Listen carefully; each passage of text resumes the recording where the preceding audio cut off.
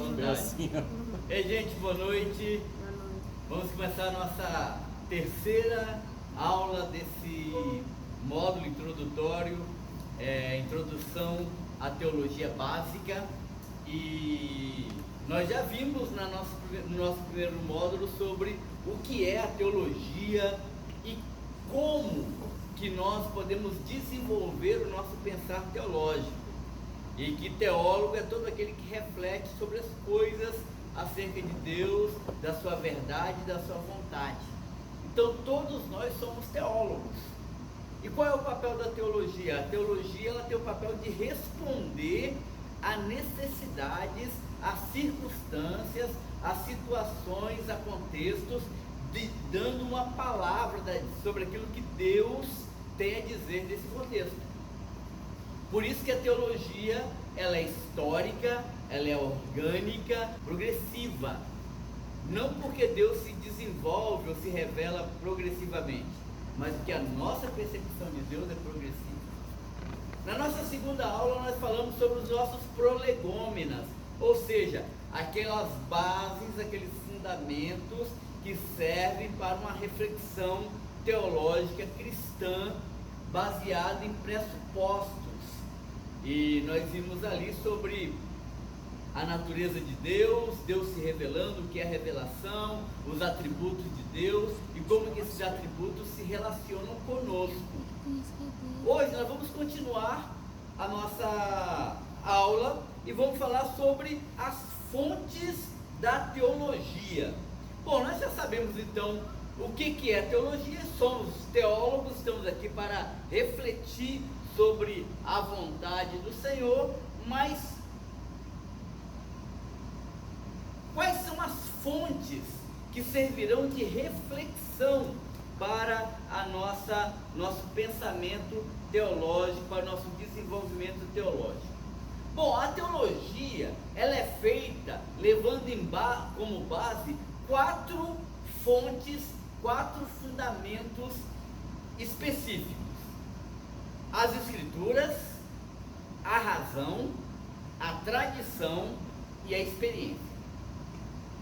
As Escrituras, nós vamos estar falando com mais profundidade sobre elas hoje. Ela é a base da teologia. Não existe teologia cristã sem Bíblia. Não existe teologia cristã sem conhecimento da palavra, sem aprofundamento da palavra, sem um estudo prático da palavra de Deus. A razão, porque nós precisamos decodificar aquilo que a Bíblia está nos dizendo. Muitas pessoas, elas entram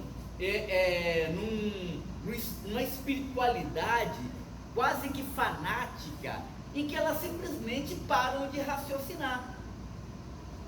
Deus, ele é um ser pensante. Deus é um ser inteligente e também nos criou como seres pensantes e como seres inteligentes. Então uma teologia que é baseada apenas no misticismo, uma teologia que é baseada apenas no sobrenatural, mas que não é racional, que não se aplica à nossa inteligência, a nossa maneira de ver, a nossa maneira de ser, a nossa forma de viver, o contexto onde estamos inseridos, não é uma teologia bíblica.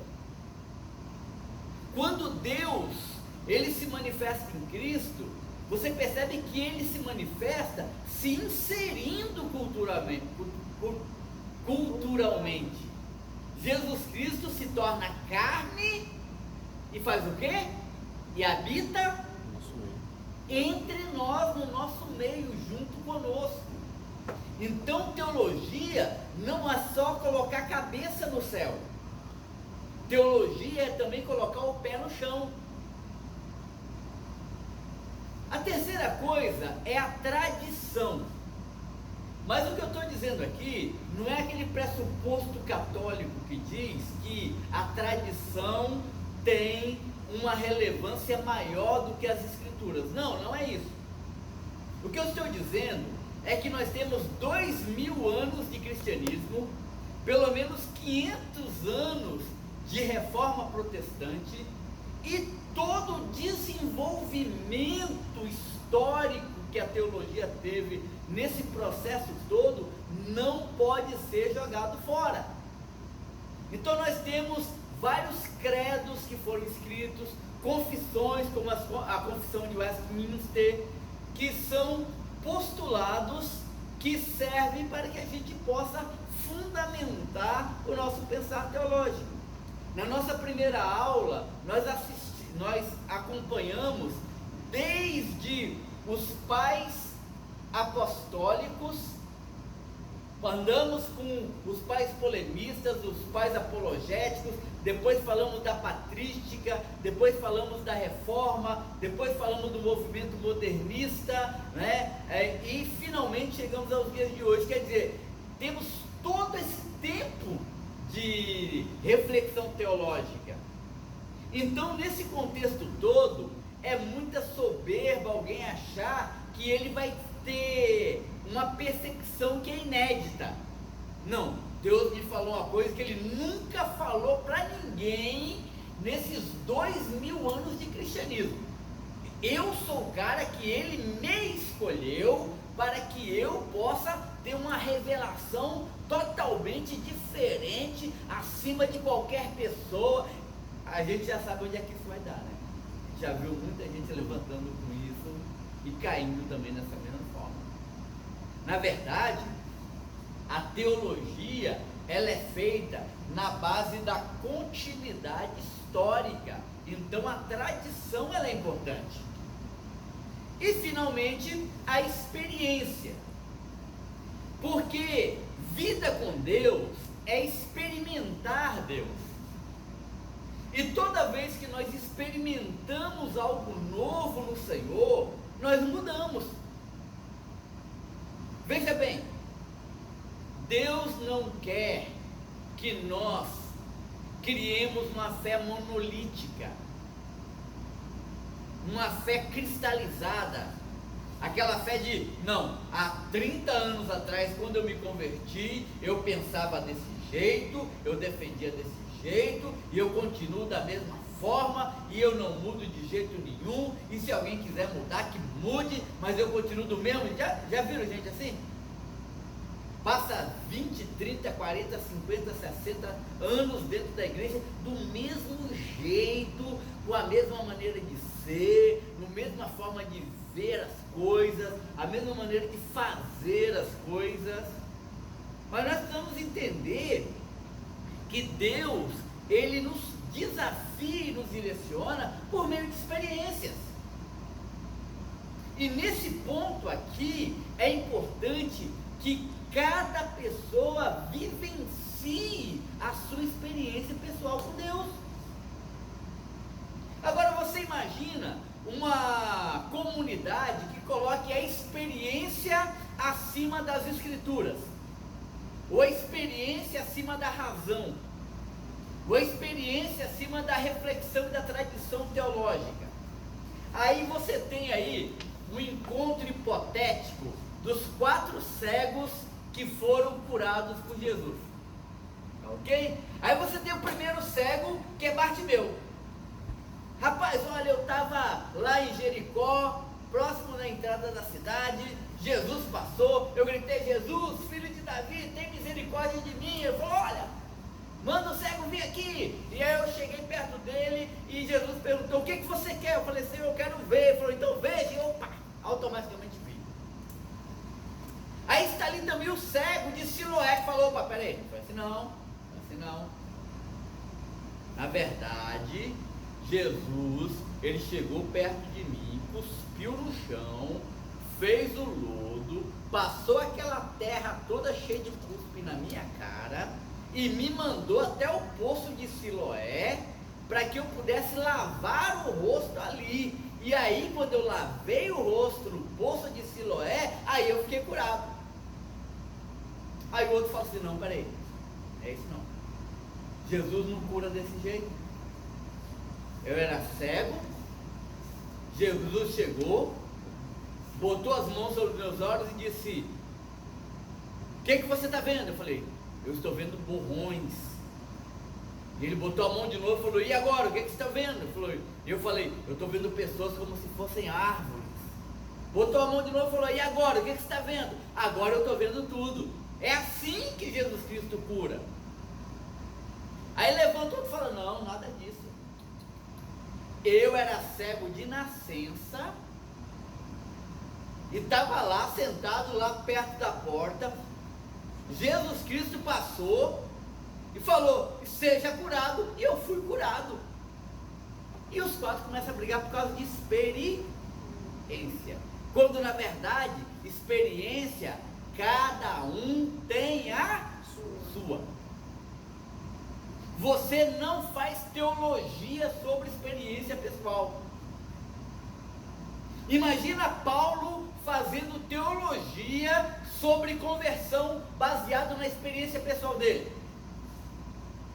Para você se converter, você tem que ver uma luz clara no céu, e você tem que cair no chão cego, e você tem que ser batizado por alguém enviado pelo Senhor, para que aquelas escamas caiam dos seus olhos, e aí você se converteu. Isso que Paulo vivenciou foi o quê? Experiência. Quando Paulo vai falar de conversão, ele não fala disso. Ele fala: porque pela graça sois salvos por meio da fé. Isso não vem de vós, isso é dom de Deus, não vem de obra para que ninguém se glorie. Por quê? Porque experiência serve para consolidar aquilo que nós cremos e nos leva a um crescimento pessoal. Mas nós precisamos entender que a base fundamental que vai direcionar a nossa razão, a nossa tradição e as nossas experiências são as Escrituras.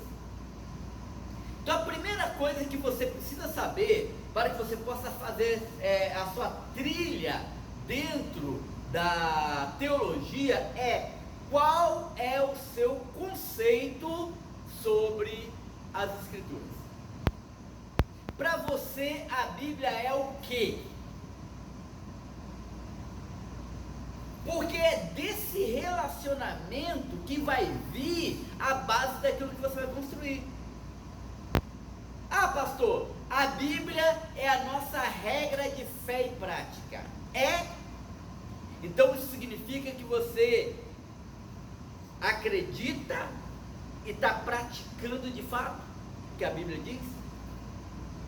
Ou a Bíblia é apenas o seu livro de religiosidade? O livro que você lê quando está na igreja? Ou então a Bíblia é o seu livro de inspiração para os seus momentos de crise?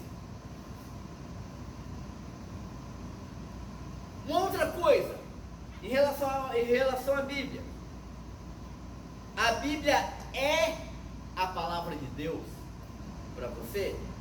Se a Bíblia é a palavra de Deus, ela é autoritativa. Se a Bíblia é a palavra de Deus, ela é suficiente. Se a Bíblia é a palavra de Deus, ela é verdade inerrante. Então, a Bíblia falou, está falado.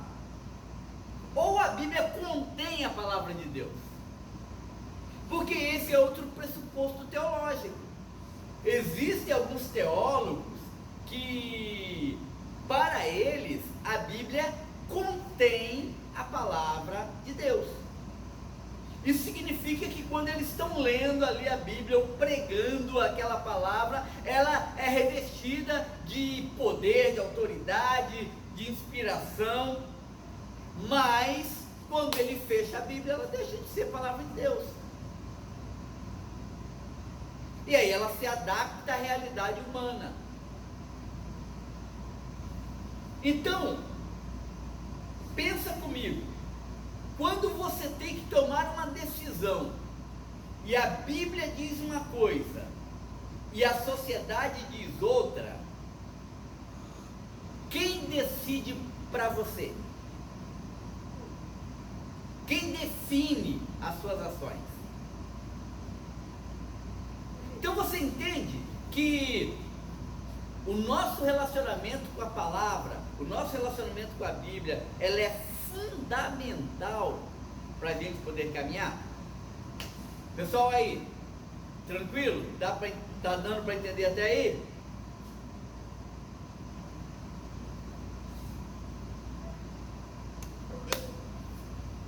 Valeu, Dalberto.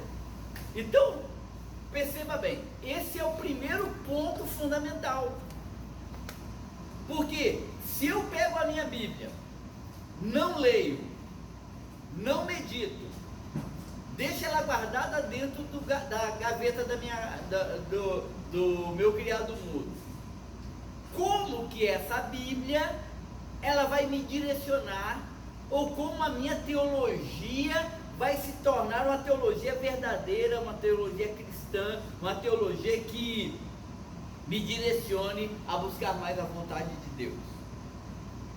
Então, se a Bíblia é a palavra de Deus, isso pressupõe a inerrância da Bíblia. A inerrância da Bíblia significa que a Bíblia, na sua forma original, ela está totalmente perfeita, acabada. Eu não preciso dar jeitinho na Bíblia. É interessante que a gente fala aqui que nós não estamos dizendo, não podemos confundir a doutrina da inerrância bíblica com a doutrina da infalibilidade bíblica. São coisas diferentes. A Bíblia tem erros. Lá no Evangelho de Mateus é um cego que está em Jericó. Lá no Evangelho de Lucas são 2. Marcos fala que Jesus curou na entrada da cidade. O outro fala que ele estava saindo da cidade. Você pega o livro de Crônicas e você tem um número de ouro, prata, camelos que Salomão tem. Aí você pega o outro livro e aí de Reis já fala um número menor do que Crônicas. Isso é erro? Não, isso não é erro. Isso aí é a utilização de copistas. A pessoa, ela escreveu, e quem escreveu sobre a ótica dela. É como se fossem várias pessoas contando a mesma história. Cada um conta de uma maneira específica, usando as palavras, o jeito e até aquilo que lembra sobre a história. Então, não é isso que nós estamos falando. Nós estamos falando que a Bíblia, ela não contém erros relacionados àquilo que Deus tem preparado para a vida do homem, aquilo que Deus tem ministrado. A Bíblia, ela é totalmente verdadeira, ela é genuína. As suas afirmações, os seus princípios, os valores que ela coloca são todos verdadeiros.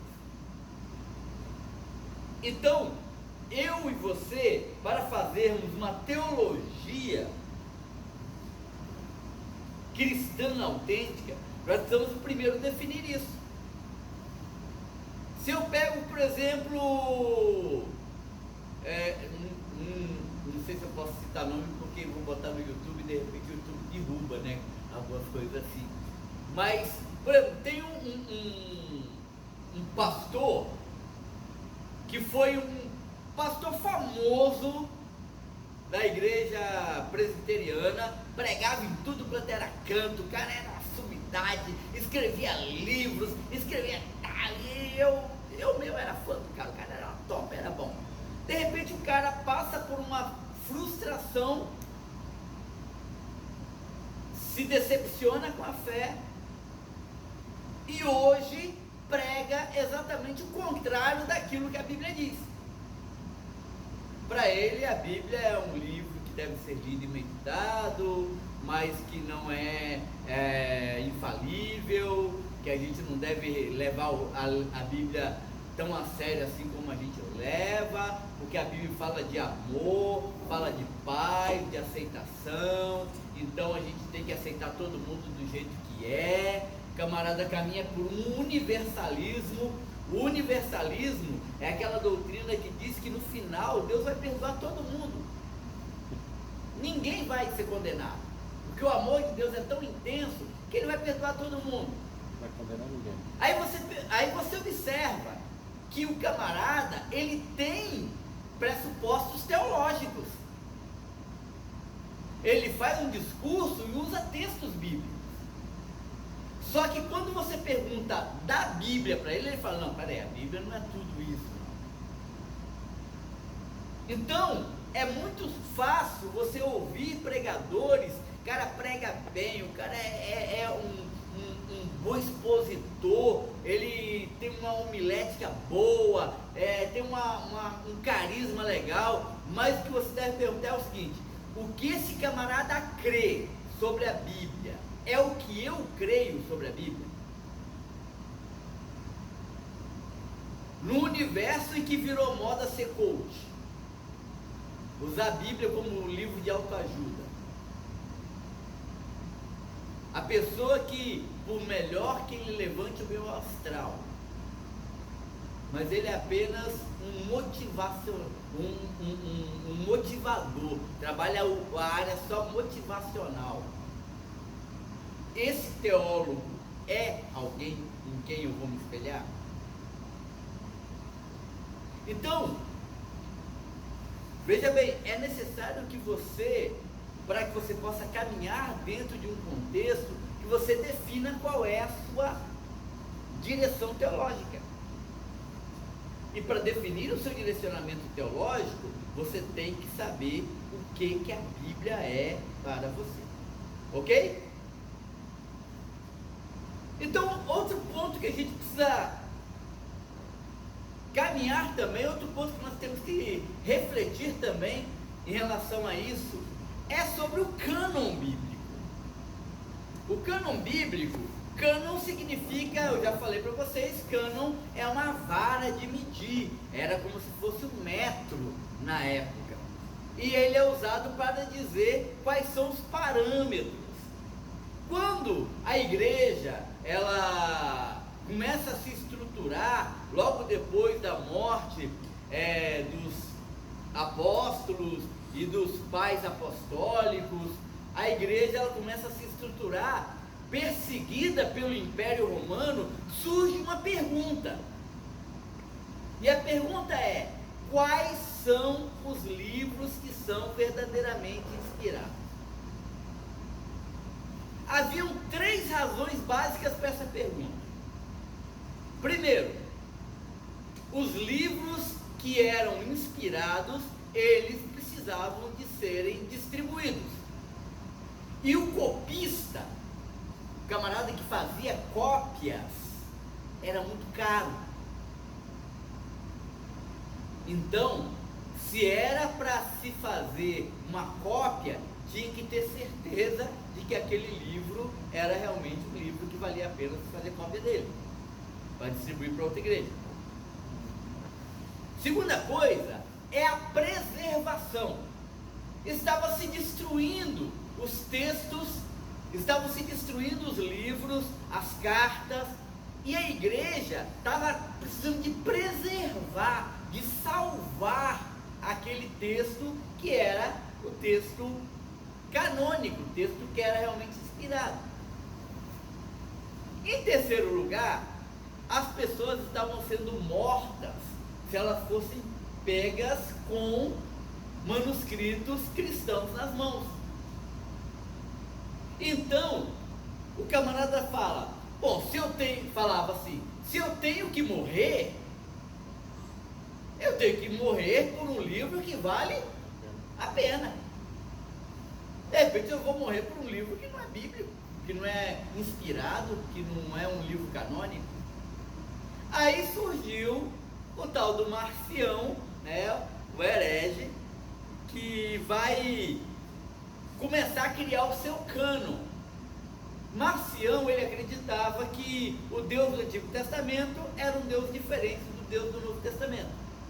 Então, tudo que fazia referência ao Antigo Testamento, ele tira da Bíblia. Mantém apenas aquilo que faz alusão à cultura grega. Então ele tira o Evangelho de Mateus, o Evangelho de Marcos, o livro de Hebreus, o livro de Tiago, e ele vai tirando, vai tirando. A igreja então sente a necessidade de se reunir para dizer quais são os livros canônicos. Os judeus, eles já vinham preservando o Antigo Testamento desde o princípio. Então, o Pentateuco, eles já mantinham como sendo canônico, e eles acreditavam que Deus tinha inspirado Moisés a escrever o Pentateuco, que os profetas foram inspirados pelo Senhor, que os escritos foram inspirados pelo Senhor. Então, os judeus, eles já tinham o Antigo Testamento ali fechadinho. Isso é tão assim, esse apego dos judeus pelo Antigo Testamento e pela preservação, ele é tão intenso que 1945 por aí, um pastor naquela área ali do Mar Morto estava procurando algumas ovelhas perdidas. E eu não sei se vocês sabem, mas as ovelhas, elas vão entrando para qualquer lugar, elas não têm senso de direção. Então, para não ficar entrando nas cavernas, o pastor joga uma pedra lá dentro da caverna. Quando atinge a ovelha, ela dá um balido, aí ele sabe que lá dentro tem uma ovelha. Então o pastor, procurando as ovelhas, ele chega na beira de uma caverna e joga uma pedra, e ouve um barulho de barro quebrando. Ele joga uma segunda pedra. Aí ele entra na caverna. E ao entrar na caverna, ele encontra vários jarros com textos manuscritos. Ele então avisa a autoridade e eles enviam especialistas da Universidade de Jerusalém, e eles começam a investigar aqueles textos que passaram a ser conhecidos como rolos do Mar Morto. E aí eles descobrem que ali havia uma comunidade chamada Qumran. Essa comunidade era formada pelos essênios, e os essênios haviam preservado alguns textos e vários rolos. O texto de Isaías estava completo, além de alguns fragmentos. Por volta do ano 300 depois de Cristo, os maçoretas, eles fazem um trabalho de restauração da língua hebraica. Eu não sei se vocês sabem, mas antes do ano 300, a língua hebraica não tinha vogal, era só consoante. E ele era chamado texto maçorético.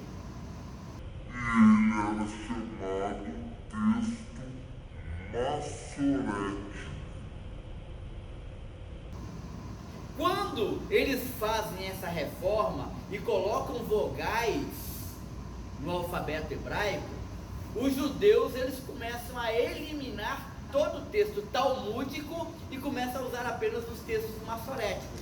Maçoréticos com vogais, talmúdico sem vogal.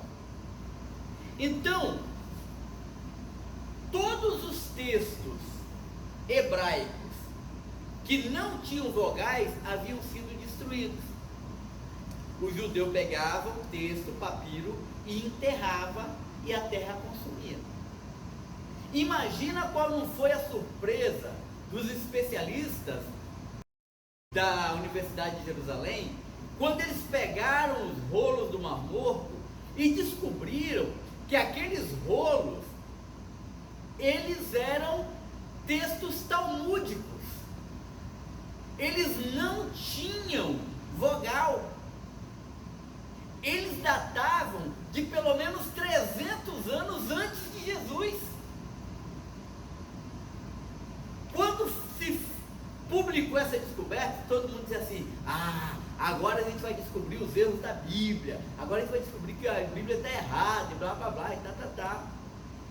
Mas quando eles começam a fazer uma comparação do texto talmúdico de Isaías com o texto massorético, que é o texto mais moderno, por volta do ano 300 depois de Cristo, ele descobre que os dois textos são exatamente iguais. A única diferença eram as vogais que o texto talmúdico não tinha. Isso mostra como que o judeu, ele preservava o texto do Antigo Testamento. Então, fechar o cano do Antigo Testamento não foi problema. A igreja aceitou os 39 livros que os judeus já tinham como sendo canônicos. Agora, precisava definir acerca dos textos do Novo Testamento.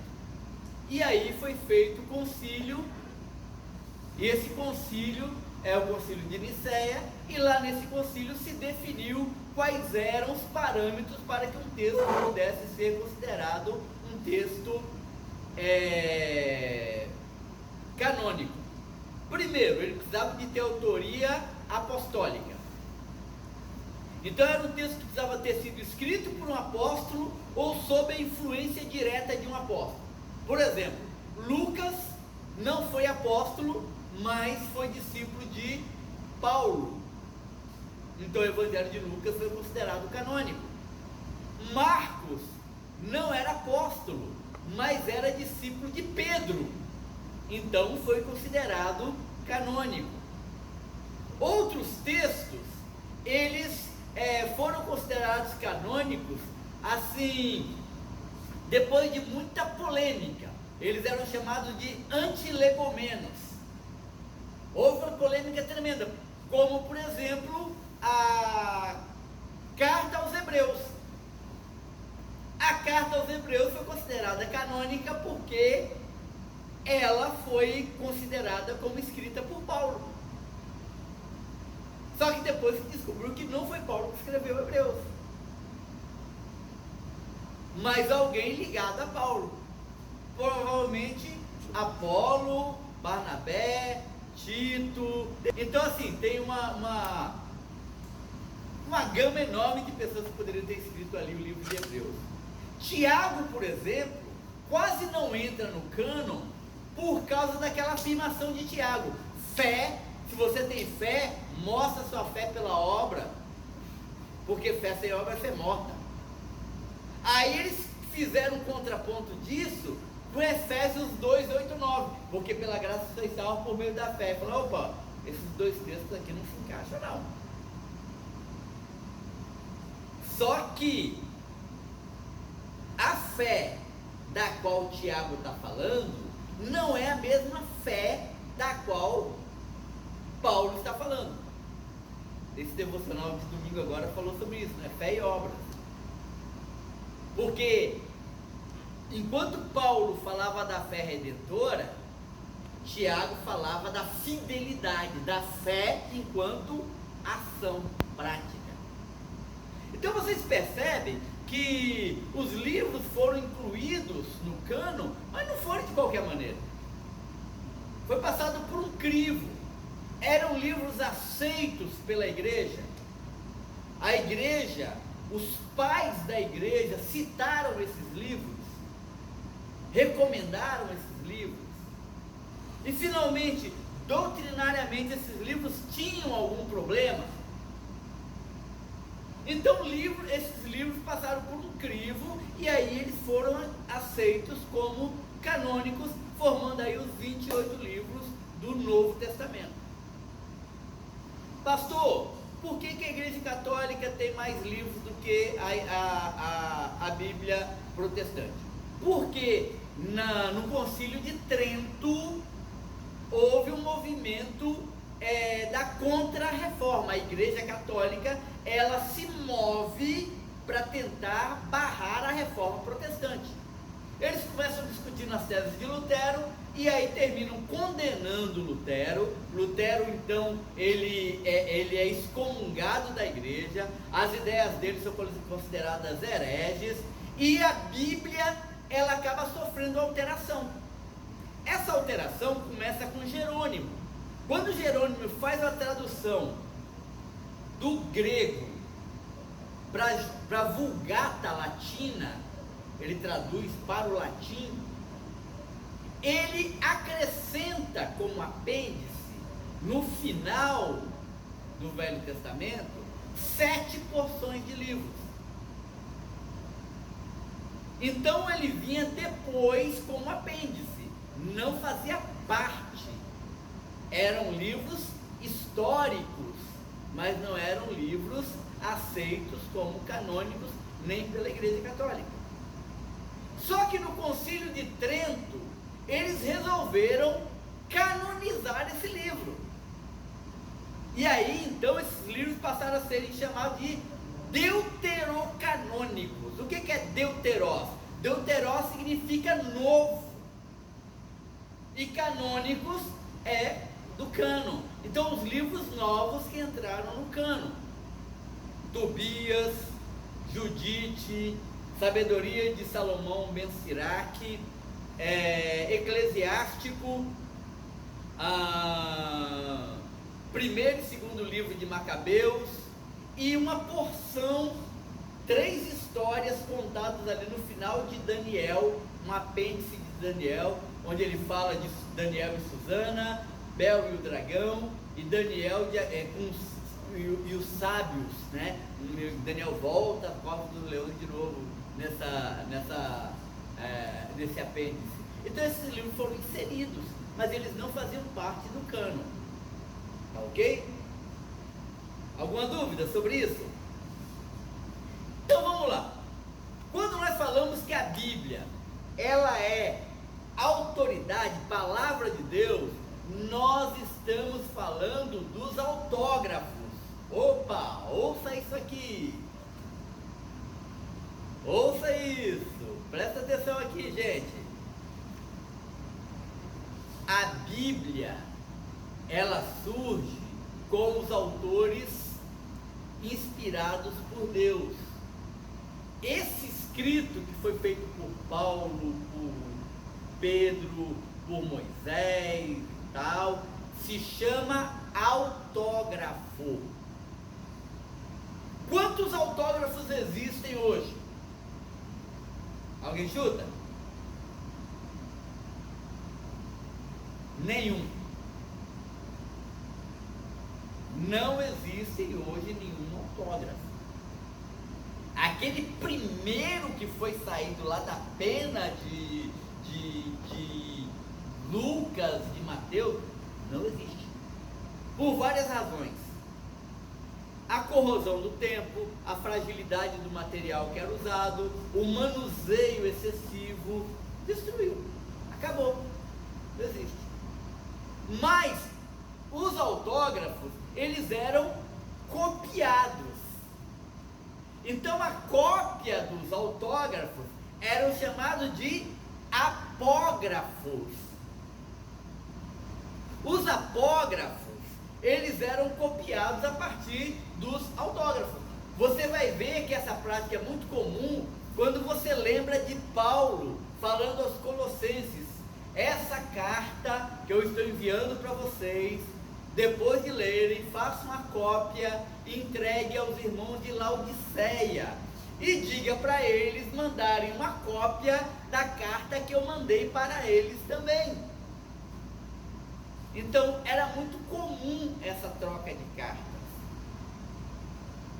Tanto que essa carta de Paulo aos Laodicenses é uma carta que nunca foi vista. Ela desapareceu e nem vai ser.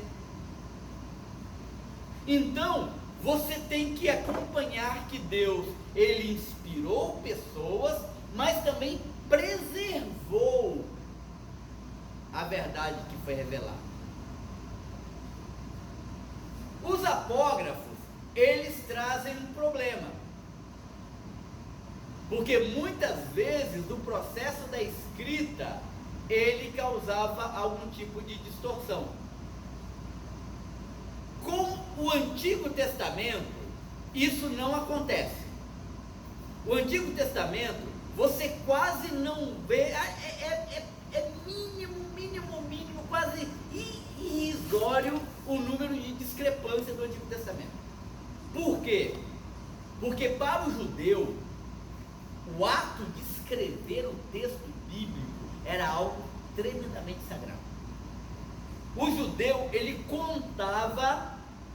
o número de palavras que cabia em cada frase. E as frases terminavam sempre no mesmo parágrafo, na mesma palavra, antes de mudar para outra linha. Se houvesse algum erro ali, aquela cópia ela era colocada de lado para ser consumida. Eles não queimavam, eles não destruíam, eles enterravam. Porque eles diziam, é o Senhor quem destrói a palavra, nós não destruímos a palavra. Então, o processo era um processo também melhor estruturado. Os judeus se reuniam num lugar chamado Scriptorium, de onde vem a palavra escritório, lugar de escrever. E havia o mestre da lei, que era aquele que abria o texto e ele ia lendo pausadamente o texto, e vários amanuenses iam escrevendo na mesma medida que ele ditava. Então o texto saía padronizado. O zelo era tão grande que quando ele chegava no nome de Deus, o mestre da lei, ele não falava Yahvé, ele falava o nome. E aí o judeu parava, o escriba parava, guardava aquela pena comum, lavava a mão, lavava a boca, pegava uma outra pena específica, escrevia o nome, o tetragrama, o nome, guardava essa pena, lavava a mão, lavava a boca, pegava a pena comum e continuava escrevendo. Toda vez que o nome de Deus aparecia, eles faziam isso. Então, a rigidez com que eles faziam o processo de escritura era muito grande. E no final de tudo, havia uma conferência. Se houvesse algum erro, erro de quê, pastor? Haviam 3 tipos de erro que poderiam acontecer no escritório. Um erro de fala, quando o mestre da lei estivesse lendo, ele poderia pronunciar uma palavra errada. O erro de escuta, algum dos escribas poderia de repente ouvir a palavra errada. Ou o erro de visão, na hora de escrever, não tinha um ambiente como esse, não era claro, ele poderia grafar a palavra errada. Então no final daquele processo, eles olhavam todas as cópias, se houvesse uma cópia com defeito, ela era colocada de lado. Então, o Antigo Testamento, beleza. Novo Testamento, os cristãos, a maioria eram pobres, e o material para escrever era caro, não tinham domínio sobre o grego, a maioria praticava o grego koiné dentro da sua realidade, do seu contexto, falava o grego de a gente fomos, nós vai. Não tinha material, porque o material era um material preparado, material refinado, material caro, e não tinha tempo. Por quê? Porque era depressa. A perseguição fazia com que eles tivessem que escrever depressa, rápido, a carta tinha que chegar, e tinha então um camarada editando, alguém escrevendo e tal, e isso fez com que surgissem muitas cópias erradas do Novo Testamento. Então houve um processo de crítica, quer dizer, de comparação de textos, para se chegar ao texto mais próximo possível do original. Então, os apógrafos que nós temos do Novo Testamento, alguns possuem discrepância. Quem lê a NVI aí? Já li. Hã? Já li. Não entendi. Já li a NVI. Já leu a NVI? Vocês repararam que a NVI, ela traz algumas coisas entre parênteses? Esse texto que está entre parênteses significa, em alguns manuscritos não tem, em outros tem. A versão King James, que é aquela versão do Almeida, do Ferreira de Almeida, revista e corrigida, que é a tradicional zona, ela escreve tudo como se estivesse lá em todos os manuscritos. Então, não está entre parênteses. Ele não te diz assim, ó, isso pode não ter. Não, está lá, não tem. Outros, como a Bíblia de Jerusalém, faz uma tradução direta do grego e do hebraico. Então, coloca notas de rodapé explicando. A Bíblia Thompson, nota de rodapé explicando esse texto, blá blá blá, blá, blá, blá, blá. Então você tem os autógrafos, esses inspirados por Deus, sem erro, e aí você tem os apógrafos, que contêm algumas discrepâncias, mas nada que influencie o sentido, e daí você vai para as traduções, porque originalmente a Bíblia foi escrita em hebraico e algumas palavras em aramaico no Antigo Testamento, e em grego koiné e algumas palavras em latim no Novo Testamento. Expressões como centurião, eram expressões latinas. Corte, expressão latina. Mas algumas palavras. A primeira tradução que foi feita da Bíblia foi para o aramaico, para os samaritanos. Então você tem a tradução samaritana. Depois a Bíblia é traduzida para o siríaco. Os judeus foram lá para a Síria e tal, então o Antigo Testamento foi traduzido para o siríaco. Depois, com o tempo, o Novo Testamento foi traduzido para o grego.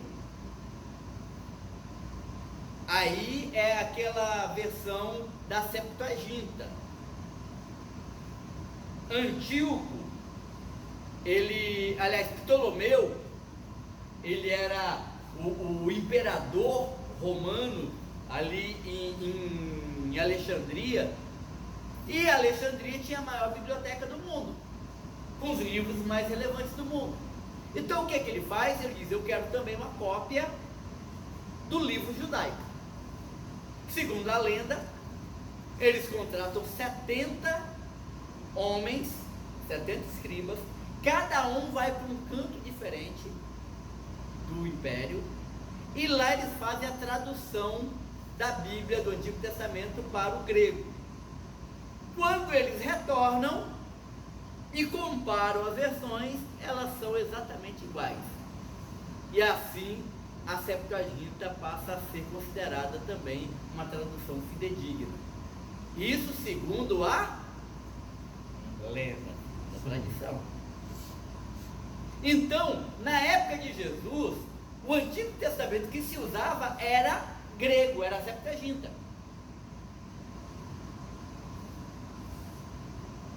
No início da Idade Média, com a expansão do Império Romano, a Bíblia ela foi traduzida para a língua oficial do Império Romano, que era o latim.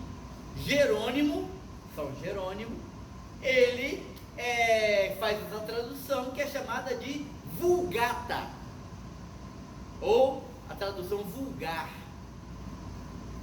Essa é a Bíblia que passa a ser usada a partir de então pela Igreja Católica. A Igreja esquece o hebraico, esquece o grego e passa a usar apenas a versão latina.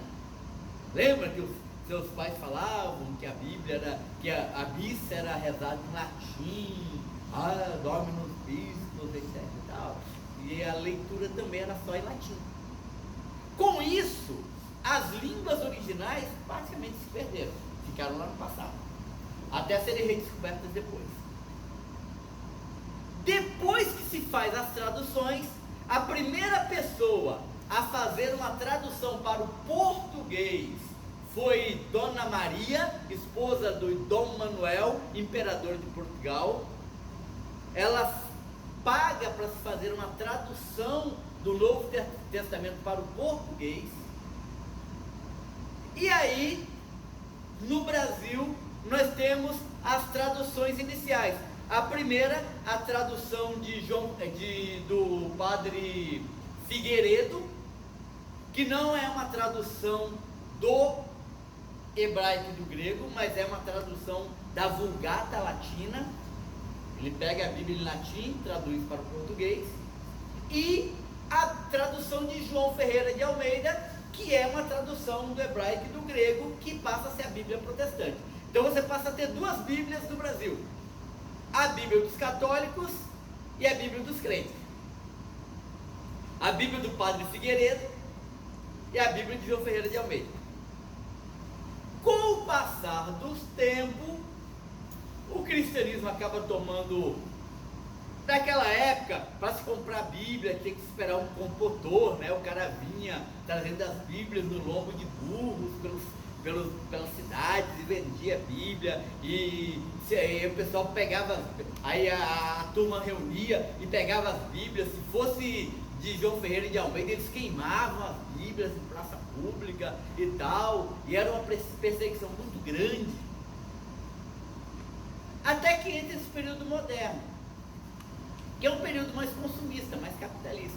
E aí surgiram as inúmeras versões. Hoje você tem Bíblia para tudo quanto é gosto. E nessas versões, nós temos aquilo que nós chamamos de paráfrase. O que é paráfrase? Paráfrase é eu ler a Bíblia e escrevê-la do jeito que eu entendi.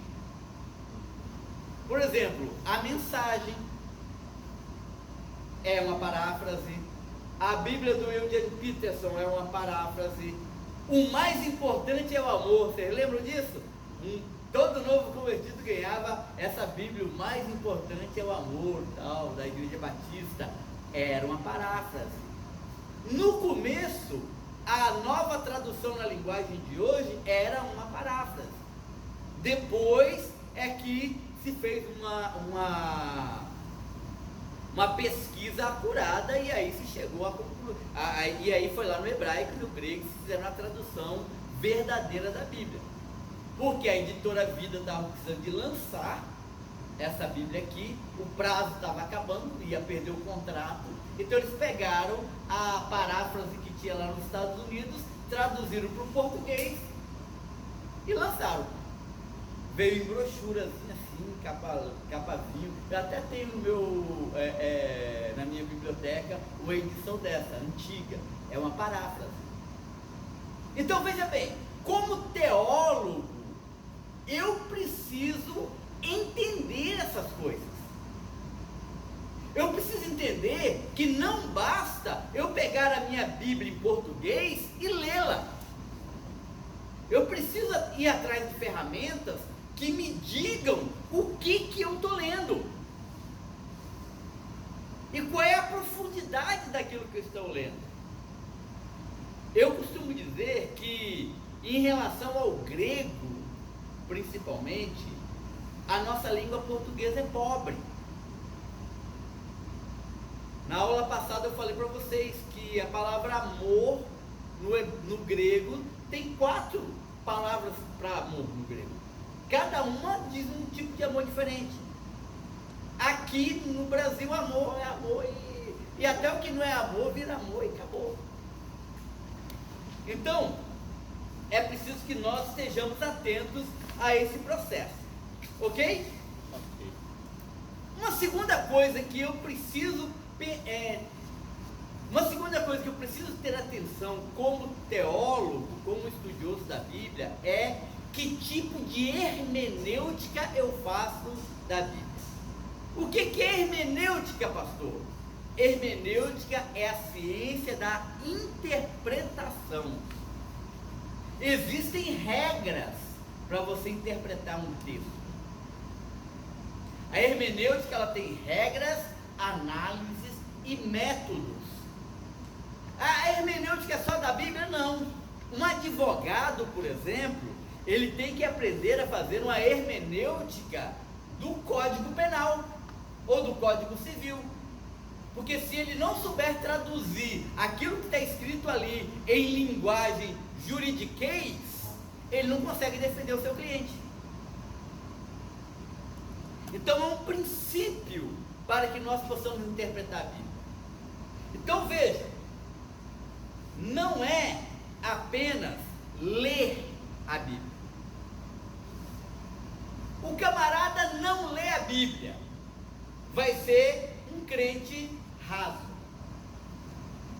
um crente fraco, um crente que vai possuir uma maturidade teológica muito básica, porque ele não lê a Bíblia. O crente que lê a Bíblia, ele vai ser um teólogo meia boca. Pastor, estou lendo a Bíblia todo dia. Não é o suficiente. Ler a Bíblia todo dia, 2 versículos, capítulos, 2, 3 capítulos, não é o suficiente para você ter profundidade teológica. Vai te ajudar a conhecer o texto, mas você precisa aprender a tirar do texto aquilo que está ali. Então a primeira coisa que eu preciso entender no texto é qual é o seu contexto histórico. Há um sentido histórico no texto. Quer ver um exemplo? Vós, mulheres, não cortai o cabelo, porque uma mulher que corta o cabelo é vergonha para o Senhor. Se a mulher cortar o cabelo, que ela use véu. Ao homem é honroso ter o cabelo cortado. O homem não deve ter o cabelo comprido. Paulo está falando de quê? Qual é o contexto?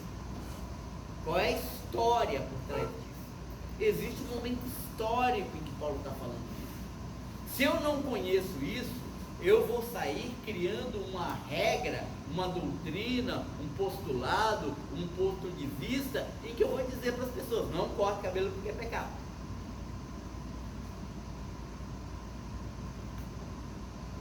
Tome cuidado para que eu não volte e veja a tua nudez. Existe igreja que as pessoas tomam banho de roupa e tiram uma roupa e botam outra, porque eles acreditam que se o Senhor voltar e eles estiverem nus, eles não sabem. Por quê? Porque pegam esse texto e interpretam literalmente. Todo texto tem como pano de fundo um contexto histórico. Escreve isso aí. Então, é muito importante, não apenas que eu leia o texto, mas que eu faça pesquisa sobre o texto, estudar o texto. Então, olha, quem não lê a Bíblia, crente raso.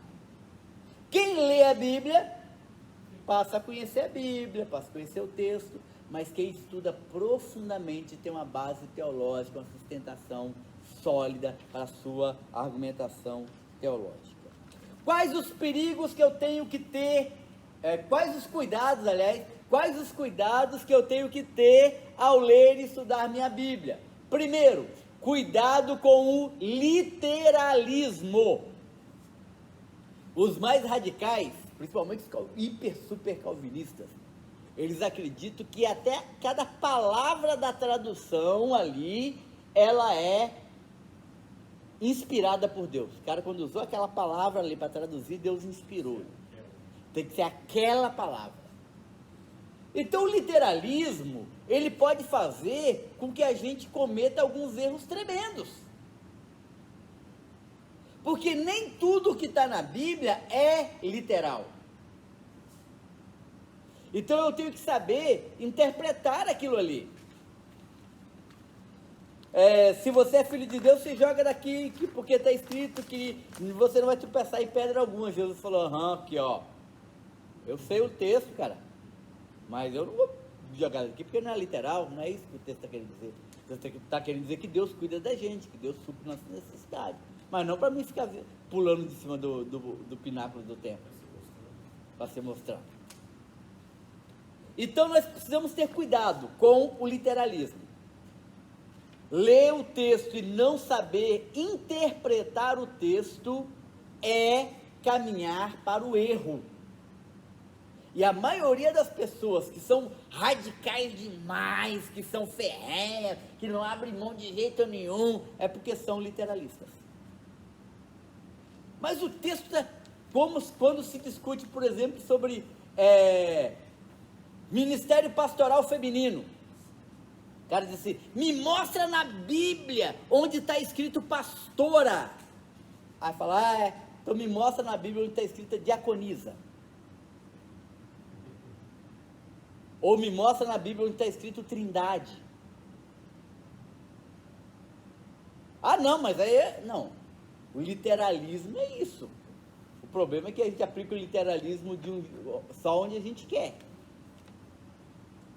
Outra questão também que nós devemos ter cuidado é com o método alegórico. Vocês já viram? Gente, graças a Deus isso mudou. Meu Deus seja louvado. Ou talvez eu esteja ouvindo poucos pastores batistas.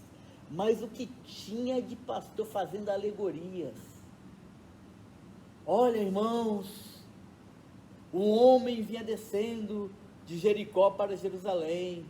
Aqui tem um símbolo, Jericó simboliza isso e aquilo e aquilo, esse homem simboliza isso e aquilo outro, e descendo simboliza, e aquilo simboliza, tudo vai simbolizar, tudo.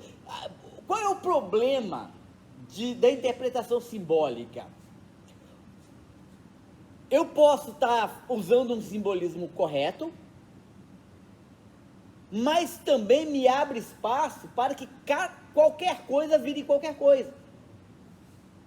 Por exemplo, Deus está sentado no seu trono, e sobre sua cabeça há um manto sublime.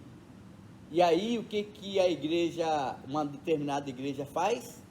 Faz o culto do manto, em que você puxa o manto de cima do altar e as pessoas passam por baixo do manto, e ali você vai ser abençoado, porque é o manto. Isso é um simbolismo, você está usando símbolos de maneira errada. Então nós devemos ter muito cuidado com essa interpretação alegórica. O primeiro camarada que começou a interpretação alegórica foi um judeu chamado Filo, lá na Alexandria. E ele se tornou tão famoso que Orígenes acabou aprendendo com ele a fazer alegoria, e trouxe a alegoria para o cristianismo e para a igreja católica. E a partir de então, Agostinho se converte como discípulo de Orígenes. E a partir daí, a igreja católica passa a alegorizar tudo. Então a Idade Média é uma idade, é um período em que você, fora os pais capadócios, você não vai ver ninguém procurando grego, hebraico, a fonte, o que está querendo dizer tal palavra. Não, tudo era alegoria. E aí, Pedro negou a Cristo e o galo cantou 3 vezes. A primeira vez significa isso, isso, isso. A segunda vez significa aquilo, aquilo, aquilo outro. A terceira vez significa isso. Tudo vira simbólico. E aí, abre espaço para misticismo, abre espaço para crendice, abre espaço para uma teologia rasa, sem profundidade. Então, o que eu tenho que ter? Qual o cuidado que eu tenho que ter? Eu me aproximo do texto, eu estudo e analiso o texto. qual é o meu método? Nós já vimos que não é literalista, nós já vimos que não é alegórico. Sabe aquela história do irmãozinho? Pastor, eu estava lendo esse texto aqui lá na Bíblia, e aí eu senti nesse texto que Deus estava querendo me dizer isso. Aí você olha o texto e fala, meu irmão, isso está no texto? Não, mas eu senti. A hora. Mas o texto não está dizendo isso. Não, mas eu senti. Quer dizer, você tem uma teologia que está totalmente fora de contexto. Então, como que nós analisamos o texto? De duas formas. Você tem o método histórico-gramatical, e esse método histórico-gramatical é o método que as igrejas tradicionais, as igrejas que são ortodoxas, as igrejas que são mais centradas na palavra, elas usam, porque elas creem que a Bíblia é a palavra de Deus. Então, qual é o método histórico-gramatical?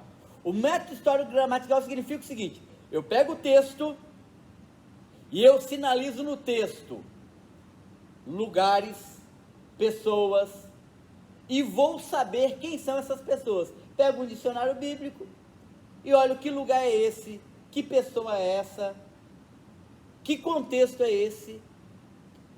Olho as informações sobre a carta ou o livro. O livro foi escrito para quem? Qual é o objetivo do autor do livro? Ele está falando sobre o quê? E aí eu consigo tirar do texto aquilo que o texto está querendo me dizer. O valor, o princípio do texto. O outro método é o método crítico histórico. O método crítico histórico, ele parte do pressuposto inverso. Ele critica o texto dentro do seu contexto histórico. Então, você interpreta o texto dentro da sua ótica. Então, quando eu vejo o texto bíblico do Antigo Testamento, eu entendo que é um texto patriarcal, onde o homem é que dominava as coisas, havia uma postura totalmente machista, a mulher não tinha valor nenhum. Então, se eu for interpretar esse texto dentro do nosso contexto hoje, eu tenho que adaptá-lo a essa realidade, porque a realidade que nós vivemos é outra. Então, essa é a maneira liberal de interpretar o texto. Qual é o grande problema? O grande problema é quando nós temos cristãos ortodoxos interpretando a Bíblia de maneira liberal.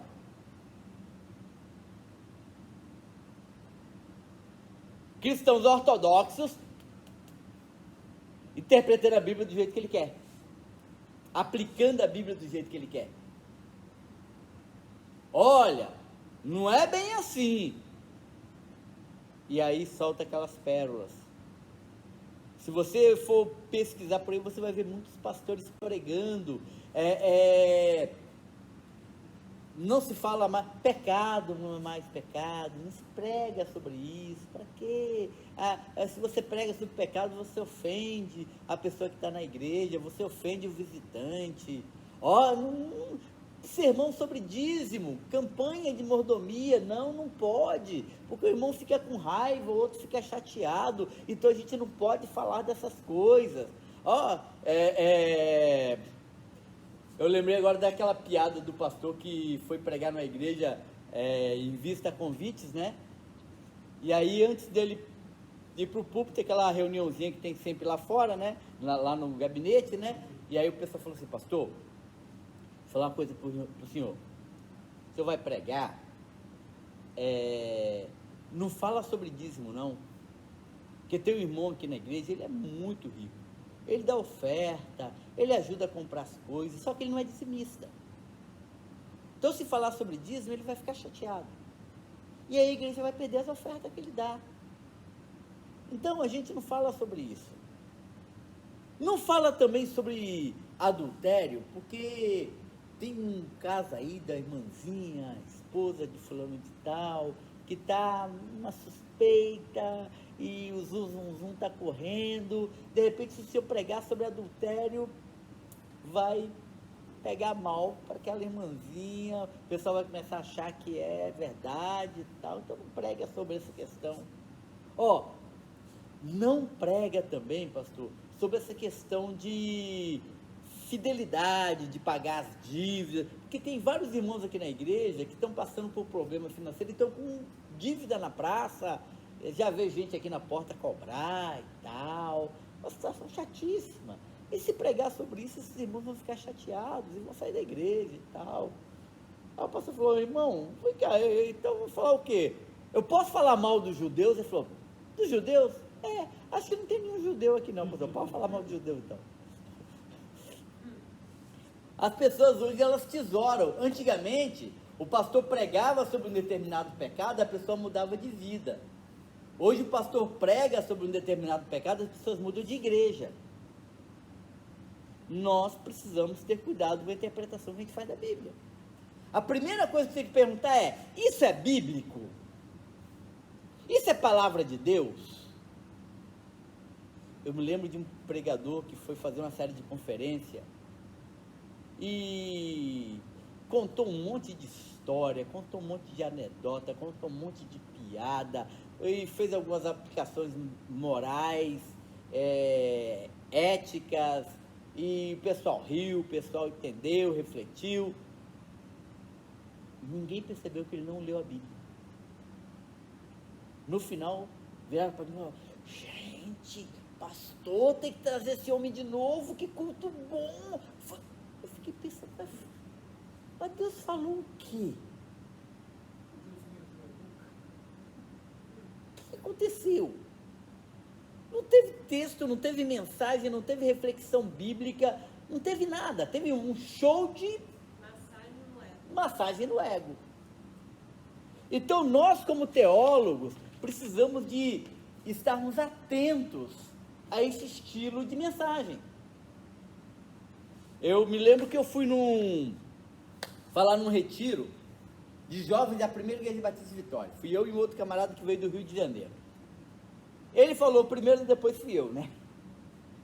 Aí ele começou falando o seguinte, ele começou lendo o texto lá do livro de Reis, disse, olha, vocês sabem que o livro de Reis não foi escrito no período que está aqui. Ele foi escrito depois, quando o pessoal voltou do cativeiro da Babilônia, como uma propaganda para reerguer a monarquia davídica. Então, essa história aqui é uma história que foi contada depois. Nessa época aqui, o povo adorava Asherá, adorava Astarote, adorava Baal, e não tinha problema nenhum. O problema da idolatria foi algo depois do cativeiro babilônico. Fiquei olhando aquela história. Poxa, gente, aula de Velho Testamento eu dou, né, cara? Não tem como. E aí depois os meninos vieram perguntar, pastor, e aí? Um cara sentado, eu falei, olha, isso é uma interpretação liberal do texto, é uma crítica do texto, mas o texto é esse, ele tem esse contexto, esse ponto de vista, e o princípio bíblico é esse, e é isso que a Bíblia está dizendo. Então eu tenho que perguntar, para quem foi escrito? O que foi escrito? Com qual objetivo foi escrito? Quem é o autor que escreveu? Quando ele escreveu? E qual o problema que estava acontecendo que ele escreveu esse texto? Para que aí eu possa compreender de fato qual é a realidade do texto. E finalmente eu coloquei aí para vocês estarem refletindo também sobre a chamada teologia da narrativa. Veja bem, nós precisamos parar de olhar a Bíblia como se a Bíblia fosse um livro de história. Não é. Não é. J.R. Martin, a guerra,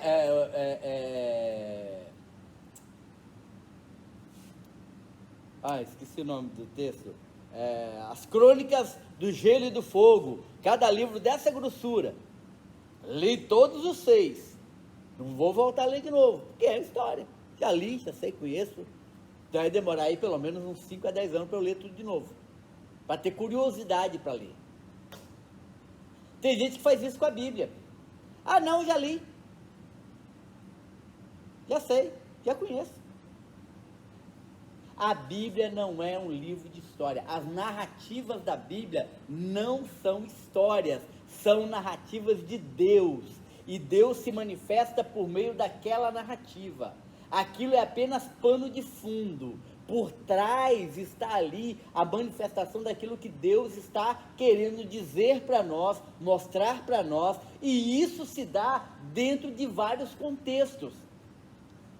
Dependendo do que você está vivenciando com o Senhor, a mesma história passa a ter outro sentido, ou passa a ter outro impacto, ou Deus fala outra coisa. Billy Graham, ele diz que a Bíblia é o único texto que você lê com o autor do lado. O Espírito Santo continua falando com você. Então, entenda as narrativas. Interprete o texto. Ah, é para você fazer igual? Não, não é para você fazer igual, mas é para você entender quais são os valores que estão ali. Quais são os princípios que estão por trás daquele texto. Para que você possa pegar esses princípios e trazer para a sua vida ou explanar na vida das outras pessoas. Então, hoje nós entendemos o quê? Que a ferramenta principal para que nós possamos ter uma teologia cristã genuína é conhecer a palavra de Deus. E conhecer a palavra de Deus não é apenas ler a palavra, mas é estudar a palavra.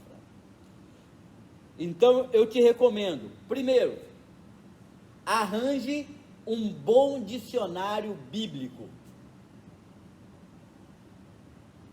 Segundo, arranje um bom comentário bíblico. Ah, pastor, eu não sei pesquisar esse negócio de... a gente vai falar sobre isso durante o curso ainda, mas eu não sei esse negócio de hebraico, de grego. Se você não sabe, procura um comentário bíblico que vai te dar essas orientações. E tenha curiosidade de querer conhecer mais, se aprofundar mais, saber mais sobre isso. Isso enriquece a sua vida, faz com que você cresça como teólogo e enriquece a vida das pessoas que estão ao seu redor. Ok? Dúvidas? Então, durante esse curso, nós temos aí mais 9 módulos e que a gente vai aprender a fazer essas coisas. Nós vamos começar com o Antigo Testamento, depois nós vamos começar com a Introdução Bíblica, depois o Antigo Testamento, o Novo Testamento, como fazer uma hermenêutica de um texto, como fazer para pregar um texto. Então tudo isso a gente vai caminhando aos poucos e eu espero que você tenha aí a base fundamental, que é essa busca de conhecimento. Amém? Amém. Então, beijo no coração, que Deus abençoe você e nos vemos quinta-feira que vem para fecharmos esse módulo sobre teologia. Amém?